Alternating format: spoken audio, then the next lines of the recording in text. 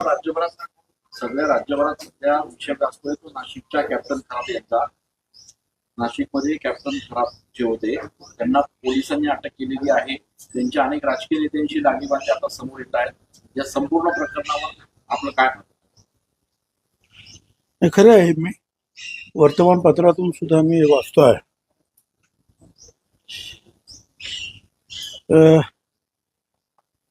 फारसं मला काय माहिती नाही या कॅप्टन थोरात बद्दल, पण माझे लोक सांगतात की आपल्याला पण काही लोक सांगत होते की त्यांच्याकडे जाऊन हातबीत काय ते अंकशास्त्र बघावं निवडणुकीचं वगैरे. पण मी काय गेलो नाही, जाऊ शकलो. अंधश्रद्धेपासून दूर राहिलं पाहिजे असं माझं मत आहे. ठीक आहे, मंदिर आहेत, मंदिरामध्ये तुम्ही ध्यान धारणा करा, योगा करा, प्राणायाम करा, दर्शन घ्या. काही चांगलं काम करणारे सुद्धा जे आहेत गुरुजी वगैरे आहेत, जे समाजाची सेवा वगैरे करतात. पण अशा काही लोकांमुळे जे आहेत मग ते सगळे एकजात बदनाम होतात. तर आता यांच्याकडे सुद्धा बरीच मोठी मोठी मंडळी येत होते. आता ज्या रुपाली चाकणकर त्या पुण्याच्या, त्यांना काय माहिती इकडे, त्यांना सुद्धा कोणीतरी तिकडे नेलं असेल. कोणी नेलं काय कल्पना नाही, पण नेलं असेल ना कोणीतरी. पण राजकारणामध्ये, समाजकारणामध्ये असलेल्या लोकांनी या सगळ्यांच्या बाबतीमध्ये मला असं वाटतं की काही सीमा आखून ठेवल्या पाहिजेत. कारण आपण जे करतो त्याचा सगळा परिणाम जो आहे हा आम जनतेवर होतो. कारण आम्ही लीडर आहोत, पुढारी आहोत. मग हे मंत्री जातात, मग आपल्याला जायला काय हरकत आहे, एवढं मोठं मनुष्य दिसतं. असा हा प्रभाव पाडण्याचे सुद्धा प्रकार खूप होतात. पण ठीक आहे, आता पोलीस चौकशी करतायत, त्याच्यामध्ये काय ते सत्य जे आहे ते बाहेर येईल. आणि त्यांनी जर आणखीन काही चुकीच्या गोष्टी केल्या असतील तर पोलीस त्या संदर्भामध्ये निश्चितपणे जे आहे कारवाई करतील. चाकणकरांचा जर विषय बघितला तर त्यांच्या संस्थांवरच त्या होत्या, त्यामुळे चाकणकरांचा जर विषय बघितला तर त्या खराच्या संस्थांवरच सदस्य होत्या चाकणकर, त्यामुळे त्या विरोधकांच्या टीकेच्या धनी ठरल्या. आहे ना, आता सतत आपण जायला लागलो आणि एखाद्याला मदत करायला लागलो की मग कोणतरी त्यांना आपलं संस्थेवर सुद्धा घेतातच. चला बाबा, मोठी माणसं आहेत, मोठ्या पदावरचे लोक आहेत, आपल्याला मदत होईल, आपल्या संस्थेला मदत होईल म्हणून घेतात. घेतला असेल त्यांना. महिला आयोगाचा राजीनामा घेण्यात आला आहे त्यांच्याकडून, रुपाली चाकणकरांकडून. पक्षाच्या महिला प्रदेश अध्यक्ष पदाचाही राजीनामा घेतला जाणार असल्याची चर्चा आहे. असं नाही, सगळे निर्णय जे आहेत, शासकीय निर्णय जो आहे आयोगाचा, हा भाग शासनाबरोबर, गव्हर्नमेंट बरोबर येतो, ज्याच्यामध्ये मुख्यमंत्री सुद्धा आहेत. निर्देश देणारे, आदेश देणारे, माहिती देणारे, घेणारे, चौकशी, त्यांच्याबरोबर चर्चा करूनच उपमुख्यमंत्री जे आहेत हे निर्णय घेतील. आणि पक्षाच्या ज्या महिला अध्यक्ष आहेत या संदर्भामध्ये पूर्ण अधिकार जे आहे हे पक्षाला आहे, त्याच्यामध्ये शासन येत नाही. आता त्या बाबतीत काय करायचं आहे ते पक्षश्रेष्ठी आहेत, आपल्या उपमुख्यमंत्री ताई आहेत, सुनेत्राताई, ही सगळी मंडळी बसून चर्चा करतील आणि ठरवतील. पण सुनेत्राताई या राज्याच्या पहिल्या उपमुख्यमंत्री आहेत महिला, आणि त्यांनी या प्रकरणामध्ये तातडीनं त्यांचा राजीनामा घ्यायला हवा होता अशी पण मागणी. मागणी तर आपण करतोच आहोत, पण एखादा आरोप झाल्यानंतर त्याच्यामध्ये किती तथ्य आहे, काय आहे, हे 1-2 दिवस समजून तर घ्यायला पाहिजे की नाही. पण आमच्यासारख्यांना किंवा सुनेत्राताईंना सुद्धा उपमुख्यमंत्री अनेक कामं असतात, कुठे हा कार्यक्रम तो कार्यक्रम तो, त्याच्यातून हे सगळं बघायचं असतं. त्याच्यामुळे काय सत्यता आहे हे तपासल्याशिवाय झटपट असा राजीनामा घेणं सुद्धा योग्य ठरत नाही. तो मग अन्याय होईल. त्याच्यामुळे त्यांनी माहिती घेतली असणार, आणि माहिती घेतल्यानंतर विशेषतः मुख्यमंत्र्यांनी माहिती घेतली असणार, आणि त्याच्यानंतर चर्चा झाली असेल कारण हे पद महत्वाचं पद आहे आणि त्याबद्दल साहजिकच जे आहेत मुख्यमंत्री आणि सगळ्या मंडळीशी चर्चा करणं आवश्यक होतं. चाकणकरांची पण चौकशी करा, त्यांना अटक करा अशी देखील मागणी. हं? चाकणकरांची पण चौकशी करा, त्यांना आता असं नाही की त्यांनी काय चुकीचं काय केलं असेल तर पोलीस पाहून घेतील. साहेब, महिलांच्या लैंगिक शोषणासोबतच खराब ते अनेक ठिकाणी शेतकऱ्यांची बळजबरी जमीन बळकावल्या असे देखील प्रकार आता समोर यायला लागले. म्हणजे विशेषतः सिन्नर असेल, शिंदे असेल. आता असं आहे ना की त्यांना अरेस्ट झालेली आहे. जोपर्यंत हा पॅन्डोरा बॉक्स उघडत नाही तोपर्यंत सगळे दबून असतात. पण एकदा अशी कारवाईला सुरुवात झाली की ज्यांच्यावर अन्याय झालेला आहे, ज्यांच्याकडे जास्ती माहिती आहे ते ताबडतोब जे आहे त्या तपास यंत्रणेकडे जातात आणि ती माहिती पुरवतात आणि त्यातून मग आणखी केसेस तयार होतात. साहेब, पण ज्यावेळी याच्यात दुर्दैवी गोष्ट अशी आहे की अनेक IPS IAS अधिकाऱ्यांची देखील त्यांच्या दरबारात हजेरी होती. त्यांच्यासोबत काही जमिनी घेतल्याची पण माहिती आता समोर येऊ लागली. त्या संदर्भात मला काही माहिती नाही आहे. काय ज्या आता मला वाटतं पुण्याच्या काही अधिकारी आहेत, मला वाटतं ते तपास यंत्रणा तेजस्वी सातपुते. पुण्यावरून आलेले ना. तर त्या मला असं वाटतं की अतिशय निर्भयपणे निपक्षपणे या सगळ्याची माहिती घेतील, मुख्यमंत्र्यांशी सुद्धा चर्चा करतील. त्यांनी कोट्यवधीची माया गोळा केली आहे, संपत्ती त्यांनी गोळा केलेली आहे, त्याची चौकशी व्हायला पाहिजे. अशी देखील अरे चौकशी चौकशी होईल सांगतो ना आता. ज्यावेळी कॅप्टन करपला अटक करण्यात आली त्यावेळेस पोलिसांनाच त्यांनी शाप दिला तर तुमचं बरं वाईट होतं की माझ्यावरती तुम्हाला आम्हाला अटक करताय, तुमच्यावर कोप होईल. म्हणजे सगळ्या पोलीस डिपार्टमेंटवर कोप होईल. सध्या तरी पोलीस डिपार्टमेंटचा कोप त्यांच्यावर झालेला आहे. साहेब, संजय राऊत यांनी असा आरोप केला आहे. संजय राऊत म्हणतायत की भाजपचं सरकार उलटून टाकण्यासाठी तांत्रिक प्रयोग कॅप्टन खरातकडनं केले जात होते आणि म्हणून देवेंद्र फडणवीस यांनी त्यांच्यावर कारवाई. मला त्याच्यावर ते बोलले त्याच्यावर मी काय कॉमेंट करू काय इच्छित ना. अशा तंत्र मंत्राने जे आहेत तर शासन जर उलथून टाकता आलं असतं तर देशातले अनेक शासन ज्या गव्हर्नमेंट जे आहेत त्यांच्या रोज उलथापालथी झाल्या असतील. साहेब, सिन्नर मधलं त्याचं जे संस्थान आहे खरंच त्या ठिकाणी दारणामधून पाणी देण्यात आलं की जे पाणी ऍक्च्युली मराठवाड्याला जातं. खास पाईपलाईनने ते पाणी त्या ठिकाणी आणण्यात आलं, त्यासाठी सरकारचाच निर्णय झाला. महाविकास आघाडीच्या काळात GR काढण्यात आला. नाही महाविकास आघाडीच्या काळात GR काढला होता जलसंपदा विभागाने. नाही, असं अनेक ठिकाणी होतं, नाही असं नाही. अनेक चांगले जे आहेत या क्षेत्रात धार्मिक क्षेत्रात काम करणारे लोक आहेत, त्यांनी अनेकांना ज्या आता नोकरी दिलेली आहे, अनेक ठिकाणी पाणी देऊन जे आहे तिथे चांगली शेती वगैरे करून फुलवलेली आहे आणि स्थानिक लोकांना सुद्धा रोजगार उत्पन्न करून दिलेला आहे. चांगली गोष्ट सुद्धा करतात. तर ती काही पहिलीच गोष्ट नसणार, अनेकांना दिलेल्या असतात. अशा शक्य असेल आणि पाणी असेल आणि तुम्ही जर मागितलं तर देतात ना परवानगी. त्यांना काय माहिती की हा मनुष्य काय करतोय. कुणाला आपण तो पाणी मागितलं त्याला देतो.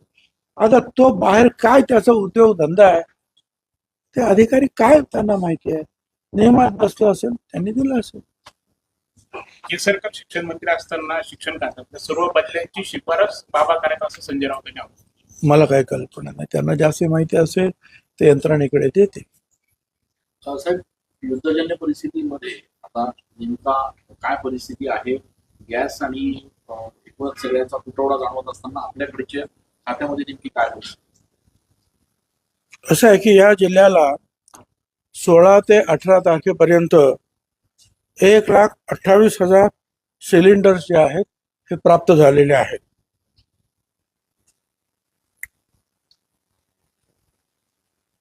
एकशे 35 गॅस एजन्सीज काम करत आहेत आणि या युद्धापूर्वी जेवढा कोटा मिळत होता तेवढाच कोटा आता जिल्ह्याला मिळालेला आहे, देण्यात आलेला आहे.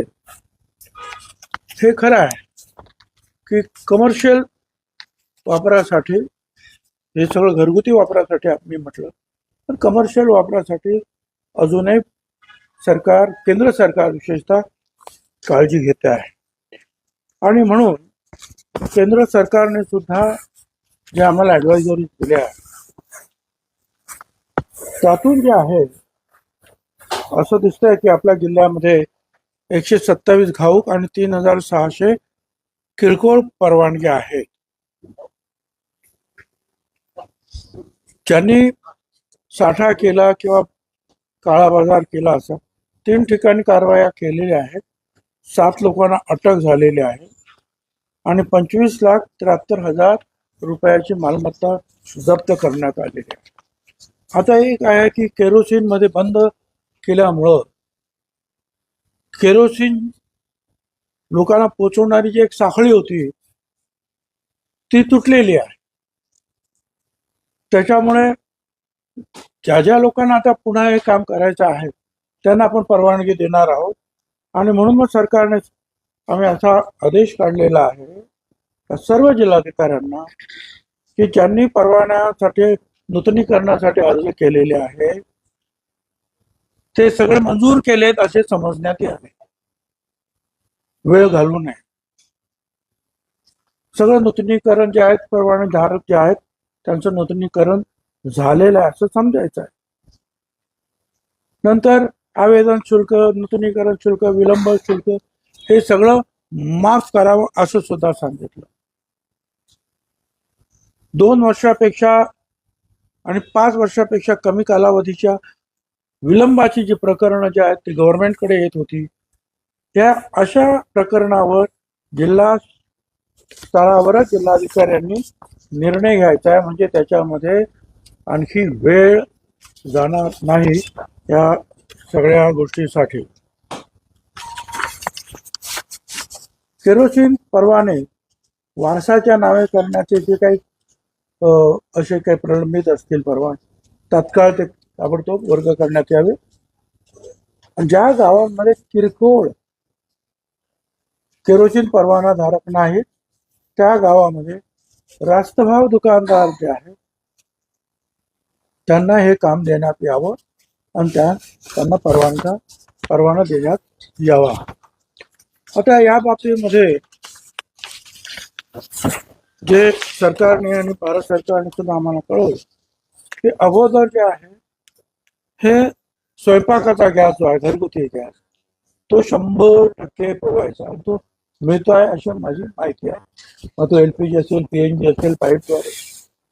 त्याच्यानंतरचा जो गॅस जो आहे हा शैक्षणिक संस्था ज्या सर्व त्यांना 100%, हॉस्पिटल शासकीय असतील खाजगी असतील 100%, शैक्षणिक सुद्धा खाजगी असतील सरकारी 100%, स्मशानभूमी 100%, वृद्धाश्रम 100%, अनाथाश्रम 100%. आणि ह्या ज्या कॅन्टीन्स आहेत मी पुढे ज्या सांगतोय संरक्षण क्षेत्राच्या कॅन्टीन्स आहेत, शासकीय आणि सार्वजनिक क्षेत्राच्या कॅन्टीन्स आहेत, रेल्वेच्या कॅन्टीन्स आहेत, हवाई वाहतूक करणाऱ्यांच्या ठिकाणी कॅन्टीन्स आहेत, पोलीस आणि तुरुंग यांच्या कॅन्टीन यांना 70% कोटा पुरवण्यात यावा. आणि मग औषध उद्योग, बीज प्रक्रिया, मत्स्यपालन, स्थलांतरित कामगार फक्त रिफिलिंगसाठी, corporate canteen, industrial canteen, corporate guest house, अतिथीगृह, अन्न प्रक्रिया उद्योग, दुग्ध उद्योग, शासकीय PSU आणि LPGC निगडीत मॅन्युफॅक्चरिंग अँड सर्व्हिसेस त्यांना 50%. ह्या ॲडवायझरी ज्या आहेत ज्या भारत सरकारने आम्हाला कळवल्या त्या आम्ही सर्व जिल्हाधिकाऱ्यांना कळवलेले आहे. तूर्त तरी असं वाटतं की ठीक आहे की अधिक काही आता हा जागतिक प्रश्न आहे. हा फक्त का नाशिक जिल्ह्याचा किंवा महाराष्ट्राचा किंवा देशाचा. जपान पासून युरोप अगदी अमेरिकेत सुद्धा त्याचे भाव वाढले आणि युद्ध जे आहे अजून काही समाप्तीच्या मार्गावर आहे असं काही एकूण काही दिसत नाही. परंतु भारत सरकारनं काही वेळेला रशियाकडून, काही व्हेनेझुएलाकडून, काही इराणकडून, काही इतर ठिकाणावरून अशा ठिकाणून जास्तीत जास्त जे आहे या जे पेट्रोलियम पदार्थ जे आहे आणलेले आहेत इराणने सुद्धा त्या हॉर्मुझच्या खाडीमधून आपली काही जहाजं सोडलेली आहेत. त्यामुळे आणि भारत सरकारनं हे HPCL, IOCL जे आहेत त्याच्या सरकारी कंपन्या आहेत रिफायनरीज, त्यांना सांगितलंय की प्रोपेन आणि बुटेन याचा सगळा वापर जो आहे हा LPG साठीच करायचा आणि जास्तीत जास्त LPG 9,000 मेट्रिक टन होतं ते 11,000 मेट्रिक टनवर त्याचं उत्पन्न वाढवलं गेलेलं आहे. तर अशा ठिकाणी भारत सरकार, महाराष्ट्र सरकार या बाबतीवर रोजच्या रोज त्याची माहिती घेऊन लोकांना त्यांना आश्वस्त करण्यात येत आहे. काही ठिकाणी खरोखरच आपण देऊ शकणार नाही, अशा वेळेला अडचण आहे. 3 ठिकाणी जिल्ह्यामध्ये जवळपास पंपाचे जे सेंटर आहेत ते बंद आहेत. HPCL सिन्नर नाही, आता आपण माहिती घेतोय किती आहेत हे तुम्हाला मी सांगितलं. 127 घाऊक आहेत, 3,600 जे आहेत हे किरकोळ परवाने आहेत. आता हे सगळं मी तुम्हाला सांगितल्यानंतर साहजिकच हेच अनेक लोक पुढे येतील आणि हे मी तुम्हाला सांगितलं त्यांना परवानगी वगैरे ते देण्याच्या ज्या काही प्रोसिजर्स राहतील ते त्यांना परवाने मिळाले असं समजण्यात यावं. वारसाला देण्यात आले, वर्ग करण्यात आला असं समजण्यात यावं. म्हणजे याच्यात अजिबात वेळ घालवायचा नाही अशा प्रकारच्या सूचना देण्यात आलेल्या आहेत. साहेब अनेक ठिकाणी काळा बाजार झाला, 2-3 ठिकाणी त्यांना आम्ही सांगितलं तुम्हाला काळा बाजारमध्ये 3 ठिकाणी कारवाई झाल्या. अजूनही आमच्याकडे जे काही माहिती येऊन आम्ही त्याच्यावर कारवाई करू. 7 लोकांना अटक केलेली आहे आणि 25,73,000 रुपयाचा माल जप्त करण्यात आले. साहेब, जामनगर मधनं आपल्याकडे जो पुरवठा होतो गॅस येतो त्याचा माल सध्या आलेला नाहीये, त्याचा शॉर्टेज असल्याची माहिती म्हणजे आपण या संदर्भात काही माहिती देणार? असं आहे की आपल्याकडे जो आहे हा पूर्वी जेवढा येत होता तेवढाच जे आहे LPG वगैरे आज येतो आहे. परंतु संपूर्ण देशामध्ये पूर्णपणे सगळ्यांनाच जे आहे हा LPG किंवा PNG मिळतो असं नाही. ज्या अडचणी आपल्याकडे आहेत त्या अडचणी गुजरातमध्ये आहेत, कर्नाटकमध्ये आहेत, तेलंगणामध्ये सगळे. आणि याच देशात असेच नाही, जपानपर्यंत सगळ्या देशांमध्ये या अडचणी आहेत. साहेब, घरगुती गॅस जो आहे तो पाईपलाईनद्वारे दिला जातो, विशेषतः मुंबई पुण्यामध्ये घरगुती गॅस पाईपलाईनद्वारे दिला जातो. त्या ठिकाणी काही वेळ निश्चित करून देण्यात आली, कारण काही ठिकाणी असं म्हटलं जात आहे का 3 तास हा गॅस पुरवठा होणार आहे घरगुती गॅस. माझ्याकडे ती काही माहिती नाही आहे, परंतु PNG आणि LPG तूर्त तरी घरांसाठी पूर्णपणे पुरवला जात आहे. धन्यवाद सगळ्यांना. नाशिकमधला माडा घोटाळा सध्या चर्चेत ठरतोय. मोठमोठे बिल्डर यामध्ये अडकलेले आहेत. मोठे बिल्डर यामध्ये अडकलेले आहेत माडा घोटाळ्यामध्ये नाशिकच्या. एकंदरीत संपूर्ण प्रकरण तुम्ही कसं बघताय? कारण काही शासकीय यंत्रणा देखील यात सहभागी असण्याची शक्यता. मला काही कल्पना नाही, परंतु मला सुद्धा आश्चर्य वाटतं, कारण आपल्याकडे अशा प्रकारचे जे आहेत बिल्डर्स किंवा बांधकाम जे करणारे जे लोक आहेत हे यांच्याबद्दल अतिशय लोकांना विश्वास होता आणि चांगलं काम करतात असं मी सुद्धा अनेक वेळा म्हटलेलं आहे. परंतु आता जी काही माहिती पुढे येते त्यामध्ये किती तथ्य आहे, किती खरं आहे ते आता सरकार आणि इतर सगळ्या ज्या यंत्रणा ज्या आहेत ते तपासून पाहत आहेत. आणि मला असं वाटतं की ह्या लोकांनी ज्या त्वरित जे सरकारला म्हाडाकडे देणं आवश्यक आहेत, जेवढे फ्लॅट्स वगैरे ते त्यांनी सुपूर्द केले पाहिजे किंवा त्याच्या बदली काय जो आहे पैसे वगैरे काय भरायचे असतील ते भरले पाहिजेत. पण त्यांनी ही गडबड केली आहे हे दिसतंय आणि ती अनेकांनी केले असं वाटतं. परंतु काही लोक असेही आहेत आम्हाला फोन करणारे की आमच्यात काही संबंध नाही आहे, आम्ही असं काही केलेलं नाही, तरी सुद्धा आमची नावं आलेली आहेत.